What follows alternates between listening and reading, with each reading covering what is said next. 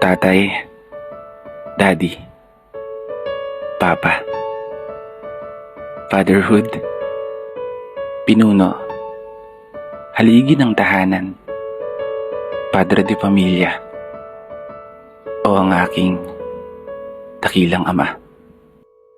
Ngayong araw na to, hayaan niyo po sana akong alayan ka ng isang munting tula na ituring yung pasasalamat para sa lahat ng hirap at sakripisyo na inyong ginawa. Para sa amin. Para sa pamilya na pinakamamahal mo. Ikaw muna ang bida sa araw na to, Pa. Kaya sana magustuhan mo. Walang iyakan, ha? Ready ka na? Alam mo ba yung pinakalubos na pinagmamalaki ko sa buhay ko? Yun yung naging ama kita. Naging tatay kita.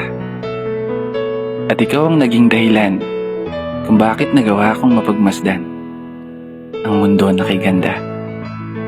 Taong nagturo, gumabay, nagpaalala na dapat palaging tatagan ng mga paa, na kung saan man dalhin ng paglalakbay ay palaging baunin ng dugong nananalaytay.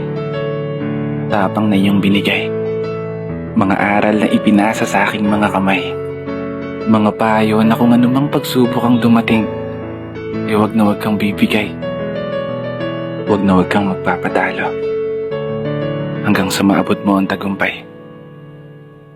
Papa, Tatay, maraming salamat sa iyo. Hindi ko magagawa lahat ng ito kung hindi dahil sa iyo. Hindi ka man naging perpektong ama, pero para sa akin, ikaw ang pinaka-the best tatay na nakilala ko. Isang tatay na pinagmamalaki ko. Pa, proud na proud po ako sa'yo. At sana ganun ka din sa anak mo.